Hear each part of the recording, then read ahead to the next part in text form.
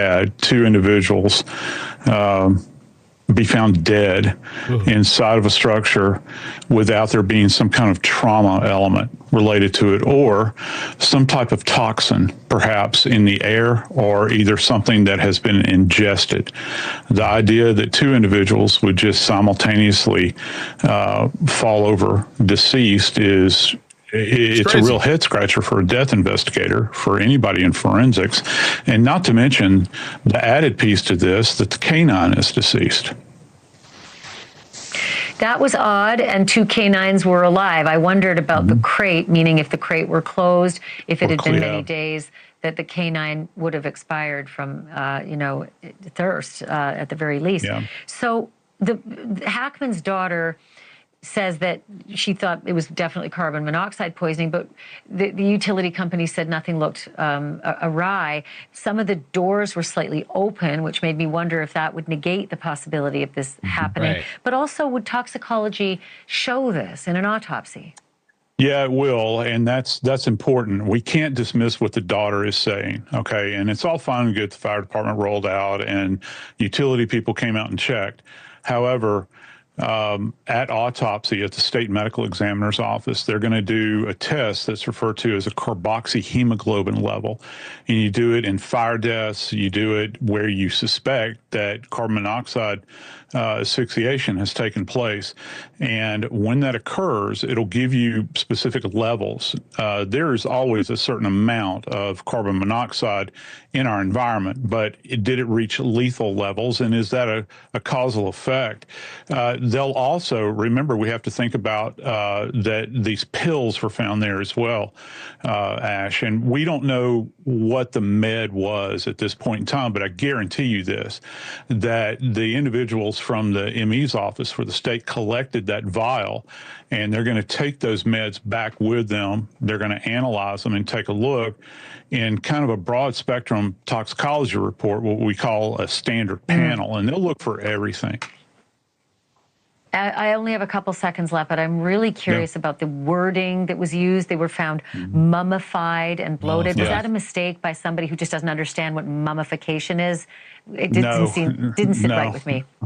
No, the people in Santa Fe would know mummification, and it's not like Egyptian mummification. That's an arid climate, okay? Plus, we're in the wintertime. It's doubly absent any kind of humidity in the air out there. And so the skin, the tissue actually dries out significantly and with a lot more speed than it would, say, down here in the deep south where I live, or even up north where you have a lot of humidity. So that is certainly something of interest that they'll have to take a look at. And most importantly, we have to know when they were last seen alive and why was that front door open. Why was the door Joseph open? Scott Morgan, I always appreciate it. Thanks for watching. Joseph Scott Morgan. What's up, everybody? Good morning. Please, YouTube, help me out with the likes. 172 likes and 888 people. I have no notifications this morning. No notifications. If you can help me out. Por favor. They're live outside of Gene's home. I saw some cars, I think, leave and come. There's some live updates too. Let me check out the live updates. I have more videos to play. I just kind of want to hang out with you guys, touch base. Friday morning. A lot of tributes being paid to Gene. Hollywood legends pay tribute to Gene. Clint Eastwood, Francis Ford Coppola, actor Bill Murray. A lot of people paying tribute.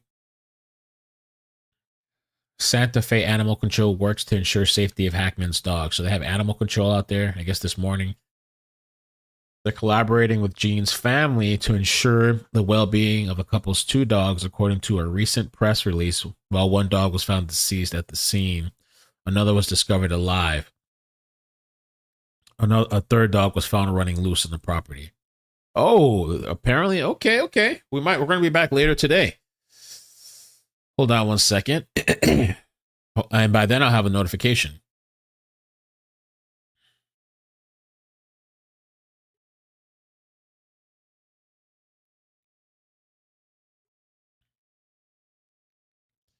Okay.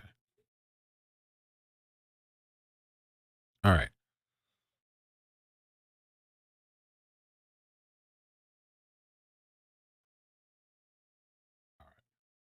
That's good. We'll definitely be back later for some updates. All right. So let's see. A lot of tributes. Hackman's family. They paid tribute. Two daughters, Elizabeth and Leslie, now have been talking. He has two daughters with his first wife, Faye Maltese. He also has a son, Christopher Allen. So he has three kids. We talked about that yesterday. In a statement, Elizabeth, Leslie, and Hackman's granddaughter, Annie, said he was loved, admired by millions around the world for his brilliant acting career, but to us, he was always just dad and grandpa. We will miss him sorely. Okay.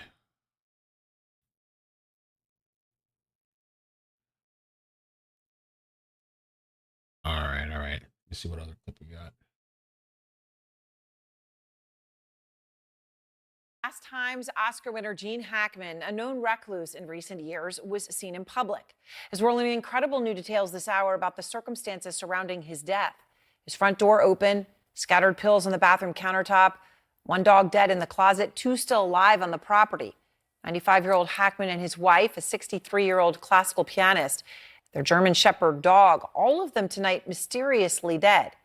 And police right now are ruling out a carbon monoxide leak. This frantic 911 call captured the moment they were found. Are they moving at all? No, dude, they're not moving. Just send somebody out here really quick. Okay, my units are on their way, okay? So Josh Kimball is there outside Hackman's Santa Fe home right now with more of the stunning details surrounding these deaths. I don't have a lot of fears. I have the normal fear of passing away. You know, I guess we all think about that. Tonight, an investigation is underway into the death of two-time Oscar winner Gene Hackman. They're going to work this case. They're going to look at every aspect and try to figure out the exact cause. And I think the autopsy is going to be key, and the toxicology. But again, in my experience, you know, that could take a while. The 95-year-old Hollywood icon was found dead Wednesday inside his New Mexico home, along with his 65-year-old wife, Betsy Arakawa, and a dog, according to officials. Circumstances which the Santa Fe County Sheriff's Office called suspicious enough in nature to require a thorough search and investigation. It's concerning that everyone in the house, including the dog, is deceased. Deputies were called to Hackman's house on a welfare check request made by two maintenance workers, according to a search warrant. No, dude, they're not moving. Just send somebody out here really quick. Inside, deputies found the couple's bodies in different rooms and say they appeared to have been there for some time.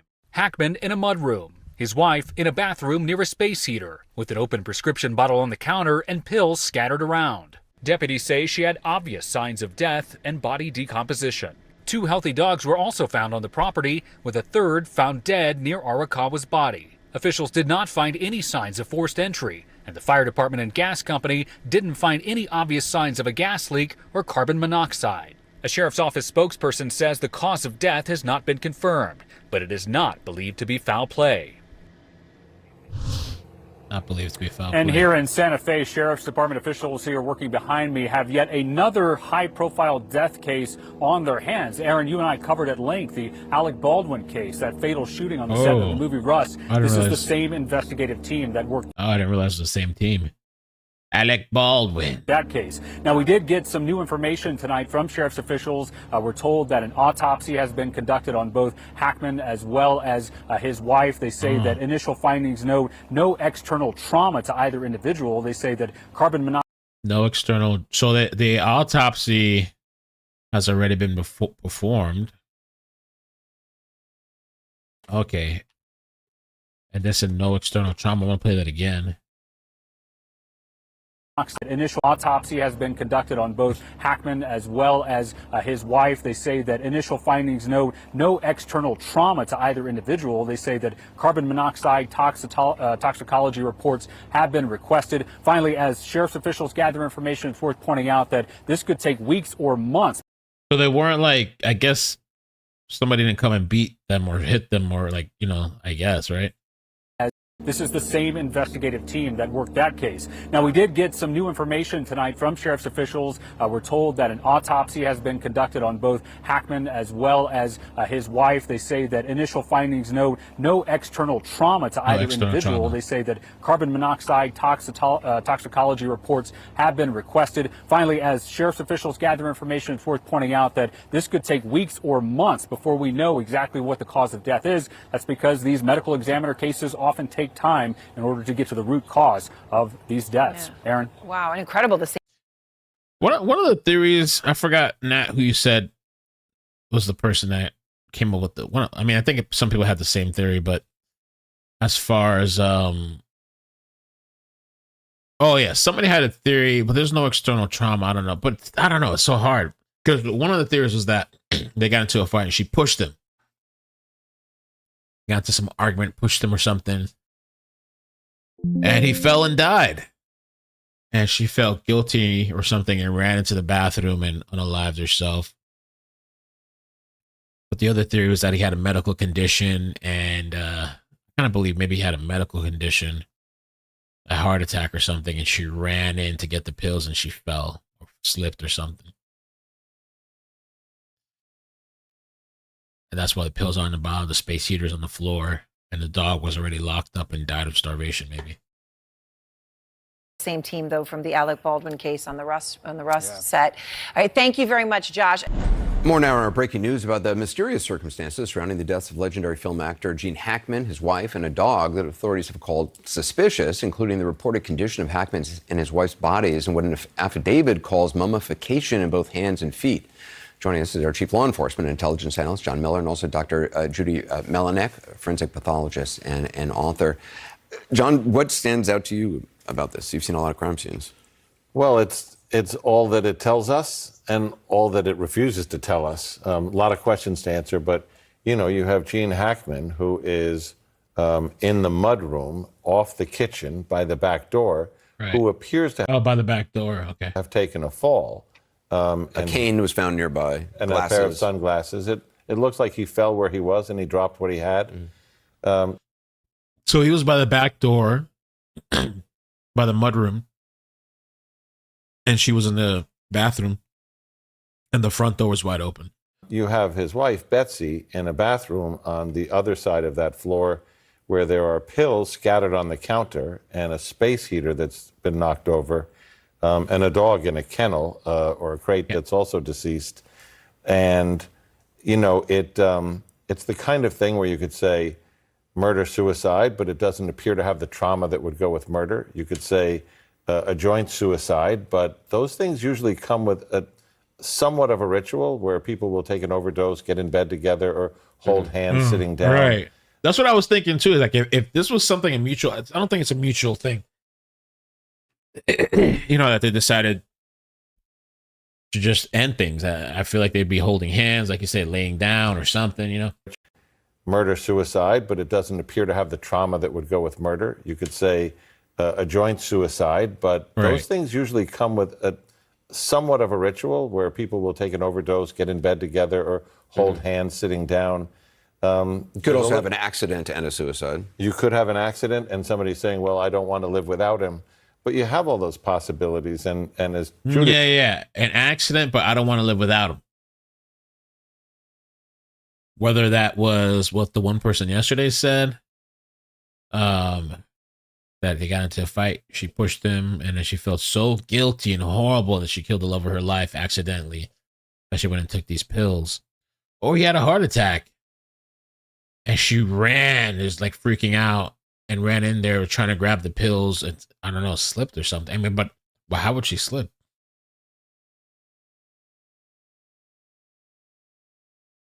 This is the same police department and head investigator from the Baldwin case. Tactical, yeah, they just said that. Thank you for the 16 months, by the way. On the way to 2 years. Thank you so much for the support. Mudroom, a laundry room or foyer, like designed for shoes, coats, and other apparel to keep mud, dirt, and debris out of the house. Yeah, it was kind of funny last night when I was picturing a mudroom was. Jacker says, I'm telling you, I think it was you that said, I think something happened in the bathroom. She screamed or something, tried to move fast to get there and fell.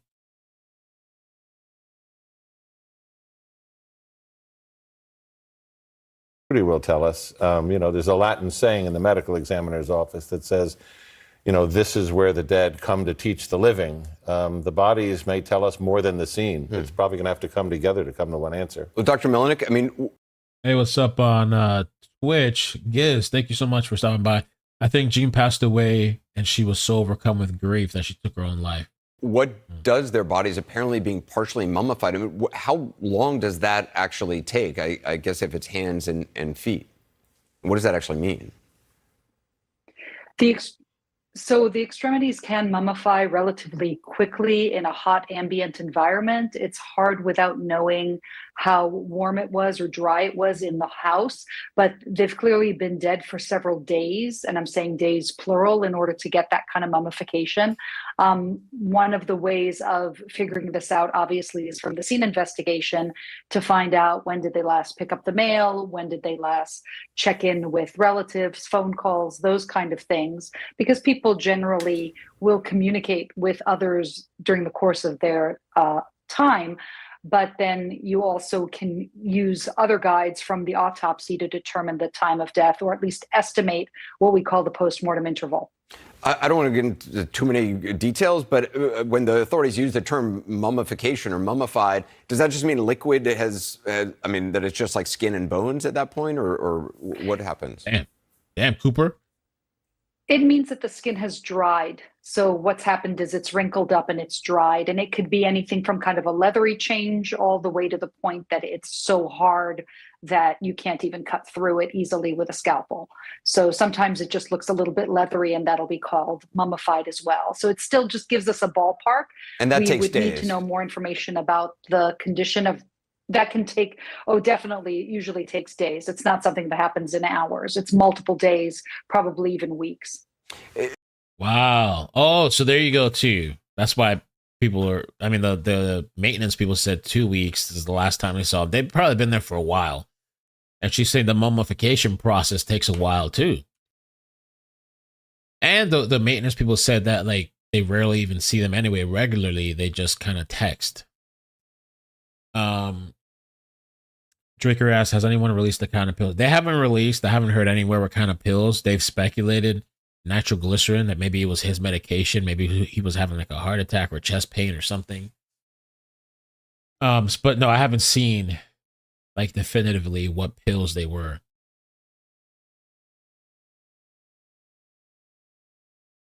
What if she had an accident and Gene was trying to help her and he fell and suffered an accident trying to help her? The wording is kind of interesting because the wording that they used, they said he's the one. I don't know if they said that for her. For him, they said it looked like he suddenly dropped, like he suddenly fell. I mean, it looks like something happened to her. Obviously, something happened to her, but I don't know what. The pills on the counter. The wording is interesting, right? The pills on the counter scattered. She's on the floor with the space heater, but he had dropped suddenly. Isn't that what they said in the report? He dropped suddenly.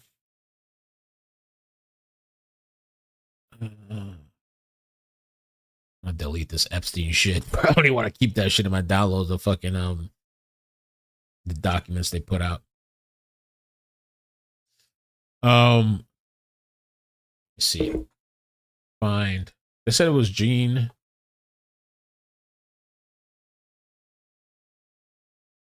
Well, no, actually, he suspected the heater could have fallen in the event the female abruptly fell.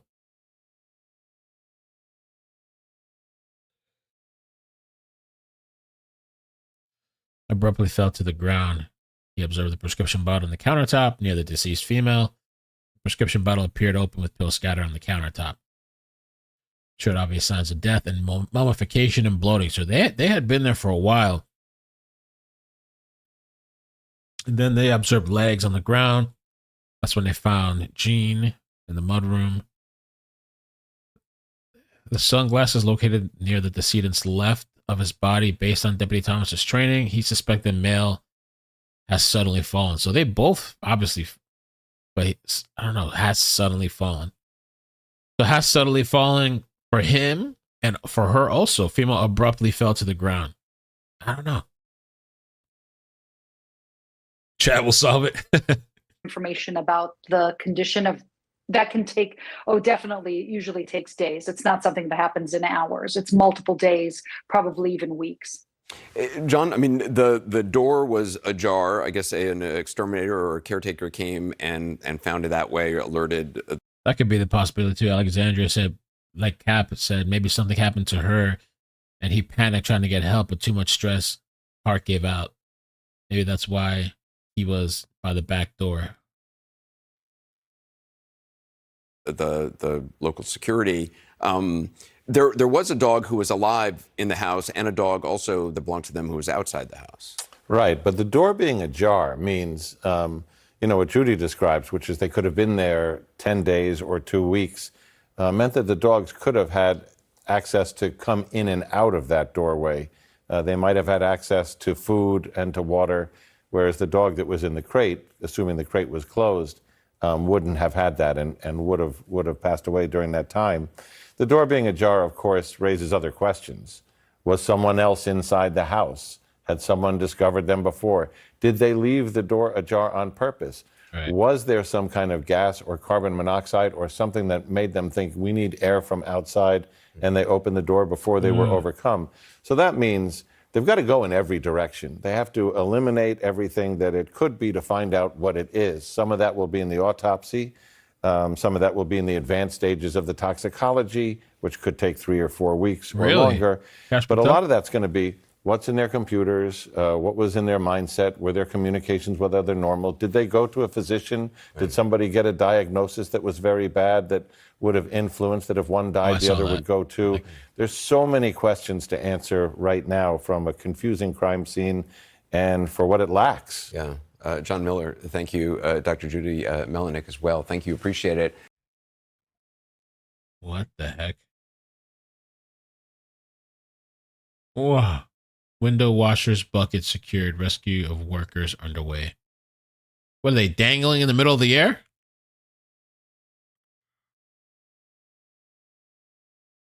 Manhattan.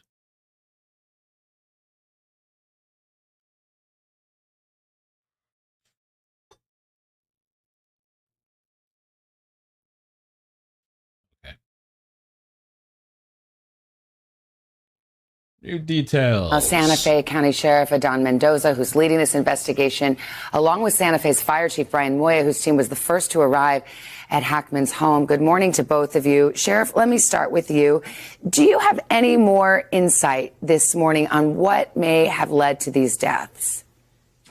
Right now, we don't. Of course, we executed the search warrant yesterday, starting on the evening of the 26th, all into yesterday afternoon. And one of our investigators attended the autopsy yesterday. We don't have more information. We're trying to put things together, put together a timeline when the decedents were last seen or spoken to. Of course, we understand that is a challenge because they were very private individuals in a private family. So we're trying to put all that information together right now. The officers did conclude that the two had been deceased for some time. Any sense of the timeline? I mean, are we talking days? Are we talking weeks?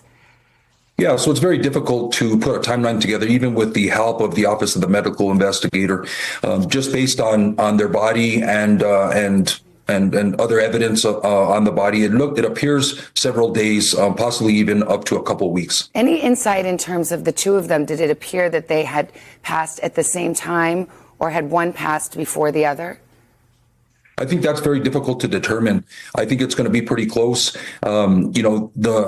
There was no indication that anybody was moving about the house or doing anything different. So it's very hard to determine if they both passed at the same time or how close they passed together. We're trying to put that information together, and obviously with the assistance of the Office of the Medical Investigator. And I think the autopsy report is going to be key to this investigation. Let me bring in the fire chief here. Is carbon monoxide poisoning or a gas leak, has that been ruled out definitively, or is that still a potential cause here? Yeah, good morning. We, at the time of the incident, we did not determine anything that was in the house with our meters that was concerning towards our guys doing the searches. So at the time of the incident, we did not find anything in the home at the time. But there had been some time that had passed, it appears, from when they passed to when they were found. Does that complicate the question at all in terms of, if there had been some kind of leak, would it have dissipated perchance? It possibly could. That was a home with natural gas in it, so it could have. Yeah, there's a lot of unanswers there. When we arrived, we made sure that our people, as well as the sheriff, were safe, and there was nothing when we found. We also went back again yesterday to do another round of searches with the sheriff department, and we didn't find anything as well. Well, I understand that this was a very large property. Can you give us a little more on the layout, and were the bodies close proximity to each other or far apart? So when my paramedics arrived, we found one of the deceased bodies in the living room area. In one of the areas of the house, and the other one was a little farther apart. Yes, it was a very large home. It took a while for all of us to locate. Sheriff, let me get back to you. The front door says open and not secure. That was in the search warrant affidavit. So was it just unlocked, or was it ajar, wide open? Well, the information that I gathered from the investigators was there were several doors that were unlocked at the residence. I believe the front door was closed but unlocked, unsecured. Whoa. So the door... Was it ajar, wide open? Well, the information that I gathered from the investigators was there were several doors that were unlocked at the residence. I believe the front door was closed but unlocked, unsecured. There was one door that was ajar, and that was towards the rear of the residence, that two of the dogs that survived were coming in and out of the residence. So, there's a little bit of conflicting stories, and based on emergency response and things, we're not sure if that door was open upon the arrival of emergency personnel, or if that, if it was open upon entry of emergency personnel. So that's another question, and something that we just need to answer. Sheriff, that's a big deal. He said the back door was ajar now, not the front, and what? So and the dogs were coming in and out, the two that survived. Seems like they need to clarify that. I thought this whole time everybody was saying the front door was ajar, open. Information that I gathered from the investigators was there were several doors that were unlocked at the residence. I believe the front door was closed, but so he's saying he thinks the front door was closed. Everything I've seen and read so far was saying that it was open. This video just came out an hour ago.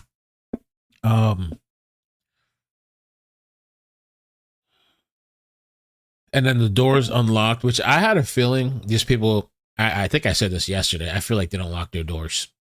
I feel like they're probably pretty secluded out there, they probably feel very comfortable. They're kind of out in the boondocks, the sticks. I had a feeling they probably don't lock their doors. Yeah. I think I need to adjust my voice a little bit. Am I a little low or no? Maybe I need to fix it. But unlocked, unsecured. There was one door that was ajar, and that was towards the rear of the residence, that two of the dogs that survived were coming in and out of the residence. So, there's a little bit of conflicting stories, and based on emergency response and things, we're not sure if that door was open upon the arrival of emergency personnel, or if that, if it was open upon entry of emergency personnel. So that's another question, and something that we just need to answer. Sheriff, another fact is that was in Yeah, I better find out. I turned it up a tiny bit. The affidavit is that there was an opened prescription bottle, potentially with pills splayed out. I understand medical privacy. You're not at liberty to say what that prescription was, but let me just get at it a different way. Do you believe it may be possible that that prescription could be related in any way to the deaths that we've seen here? That's obviously very important evidence at the scene. That information was collected. That information was passed to the office of the medical investigator to help them make a determination. So yes, that we're looking at that specifically, and other medications, of course, that were in the possibly in the residence. So that is something of concern. Yeah, and the toxicology report, which will look at that. That is when? What's the timeline on that? I assume weeks, next year. And that will help. We get coworker trial before we get answer some of these questions. Just kidding. Based on my experience, the toxicology report could take some time. It could take up to 3 months, or even possibly longer. It just depends, how busy the laboratory is. But we're hoping it comes sooner than later, so we can answer some of these questions, and hopefully it'll help us in our investigation to determine and help OMI determine the manner and cause of death. Yeah, I mean, bottom line, is there a working theory here? Are you still confident there's no foul play? I mean, what's your sense of what may have happened? I think I'm pretty confident that there is no foul play, just based on the lack of evidence of foul play. But of course, we're not ruling that out. Again, I think the autopsy results, the official results, are going to help us steer us in the right direction. That could change, obviously, and we're not ruling that out.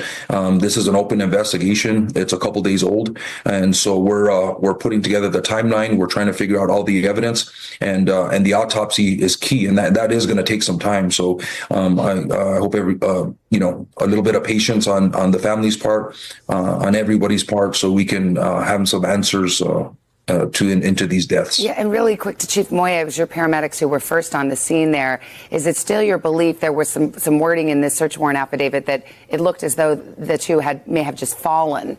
Is that still your belief? Yeah, when we arrived on scene, my paramedics did do an evaluation, and it was obvious. We didn't do any life-saving measures. So at the time, we didn't really need to get any closer due to the fact that it was an obvious sign of death.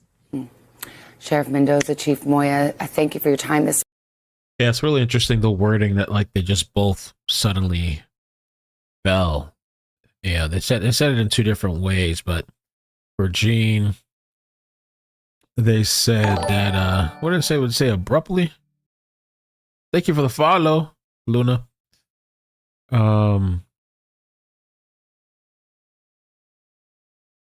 Suddenly fallen, right? Suddenly fallen for Gene. And then for Betsy, I said abruptly fell. They both just dropped. That's weird.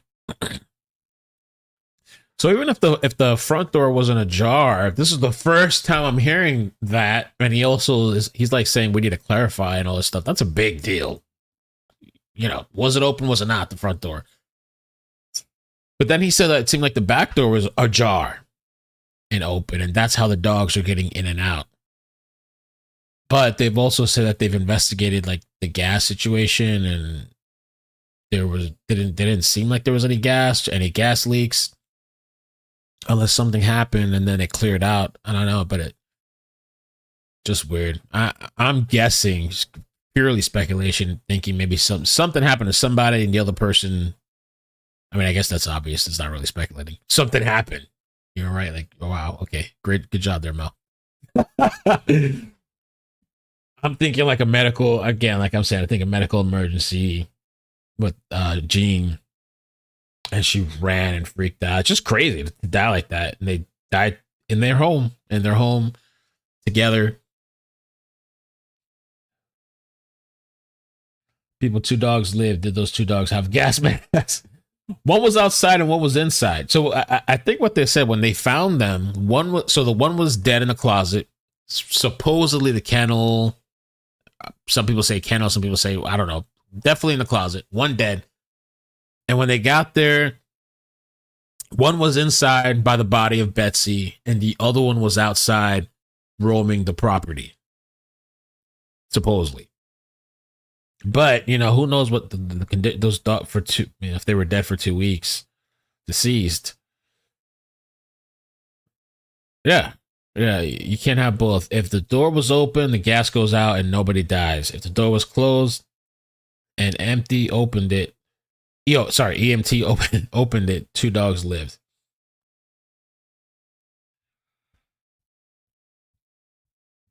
Betsy, I feel like she probably had a lot of time. 60 something. I mean, people. I mean, some people die in their 40s, but some people they're in their 70s, 80s, 90s, 100.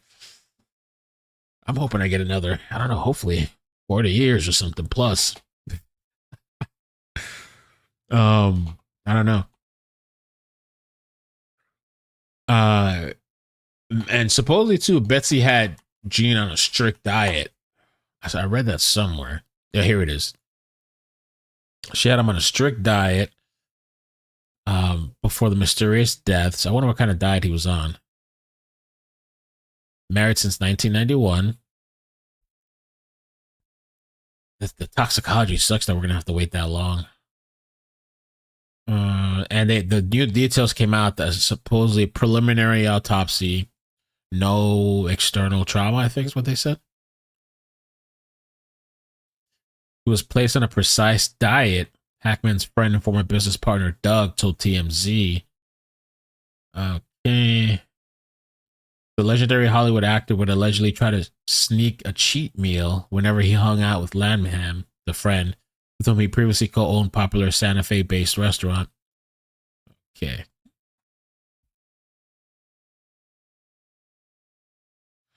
Betsy made sure that Hackman didn't stray from healthy options on the menu, as she often had him order meals like a halibut or rice paper salmon. Okay. But she was on him.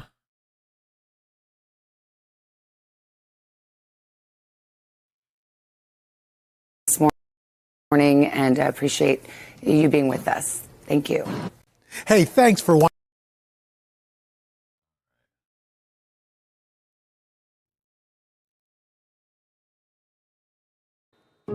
First few words that come to my mind, I think of Gene Hackman: stoic, presence, and then versatile. This guy could do anything and everything, and he made it look easy.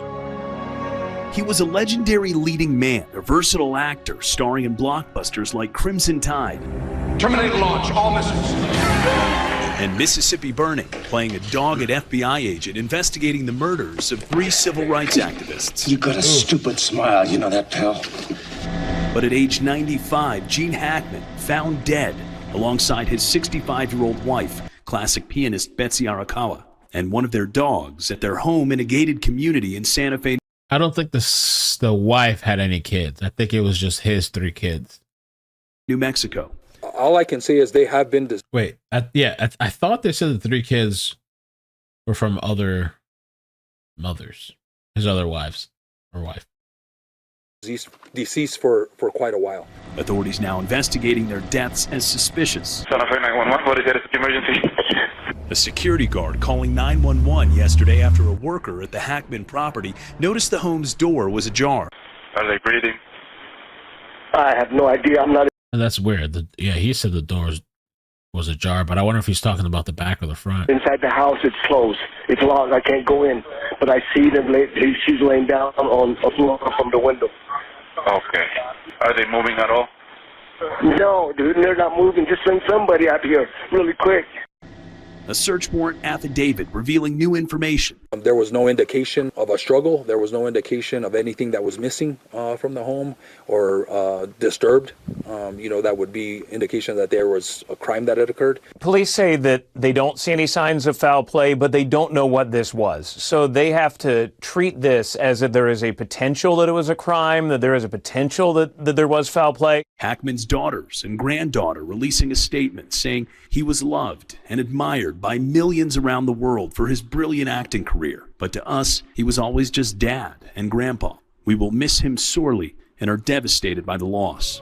Hackman was one of the titans of American cinema, speaking to Diane Sawyer in 1990 about the magic of acting. I desperately wanted to be an actor from the time I was 10 years old, but I was so shy and so intimidated by the process. What was the thing you wanted in acting? I suppose to be transported to somehow or another to play these people who seem to have this great life. For me, I suppose the most enjoyable thing I do is when I can make a scene work, when I feel I've contributed to another actor, where it's electric, and where you've satisfied yourself that you have done everything you can to make that come alive. That to me is heaven, I suppose. Gene Hackman really feels like one of those actors of the greatest generation. We think of that as like one of the greatest decades of cinema, and he was a huge part of that. It was so interesting to see him transcend into multiple decades. He first made a name for himself in Bonnie and Clyde as Clyde's wily brother, Buck. We're gonna have ourselves a time, boy! His illustrious acting career spanning over 5 decades, starting on the stage and transitioning his versatile performances in film and TV, earning him a host of awards, including 2 Academy Awards. His first win coming for his portrayal of Jimmy Popeye Doyle in 1971's The French Connection. I don't buy that, Irv. The stuff is in that car. I'll see you in hell with your money. And 2 decades later, he would take home the Oscar for Best Supporting Actor for Unforgiven. Yeah. I told you. Hackman was good at playing evil. He did so as Superman's arch nemesis, Lex Luthor, in 3 films. You were great in your day, Superman. Sharing this on GMA from the set of Superman 4. You have little kids come up to you on the street and say, you're the evil guy, and it's kind of fun. He was a mainstay in the 80s and 90s with movies like Enemy of the State with Will Smith, as they worked together to prove Smith's character's innocence. You're either incredibly smart or incredibly stupid. And he would captivate a younger generation in Wes Anderson's The Royal Tenenbaums. But many will remember him as the coach who always knew how to get the best out of his team, rallying his high school. I was reading about this crazy story. This guy that had flu-like symptoms, and it turned out to be he had like heart failure. He had to get a transplant. It was crazy. They said he ended up having myocarditis, a condition increasingly associated with young males in the COVID shot, which led to his heart failure. The cause of my myocarditis is unknown, he added. The thing I was trying to find out is if he took that shot. They didn't really specify if he took that shot. The guy's 42, works out a lot. Kind of crazy story. I was just kind of glancing it. I guess he's healthy now, but he had to go to a bunch of different doctors because they just kept pushing it off. Transplant after flu-like symptoms turned out to be end-stage heart failure. Wow.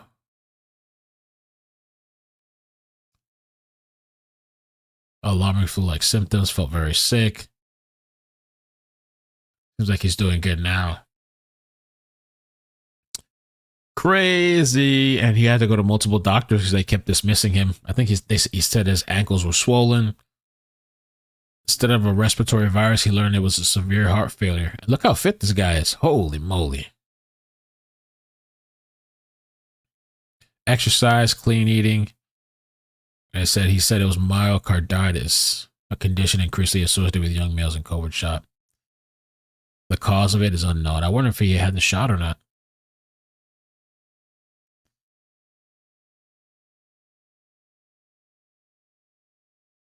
Huh.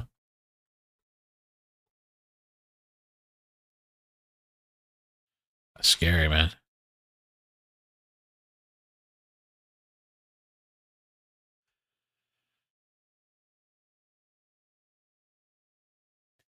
All right. So I'm definitely gonna be back later with some updates on the story again. Let me see. There's a lot of talk of the federal workers.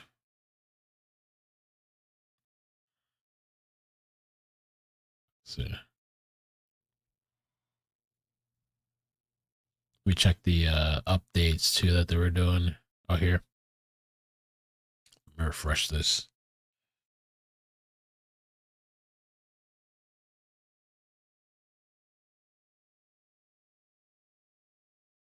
Okay. A lot of tributes still going out.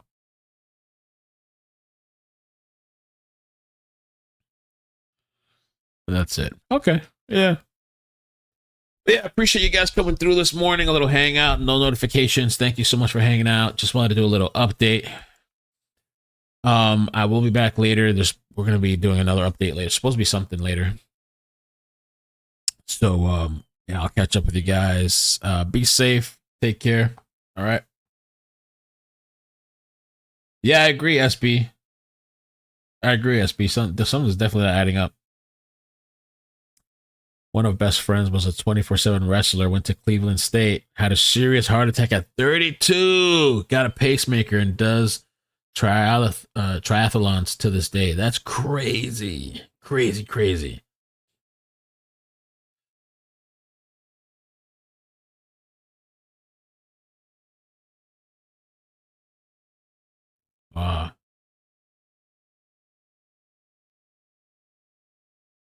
No way, Kim, for real?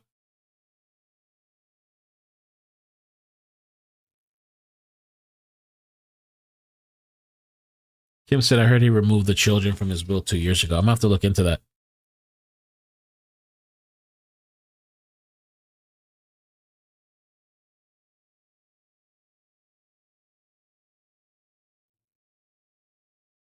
All right, guys. Peace. Take care.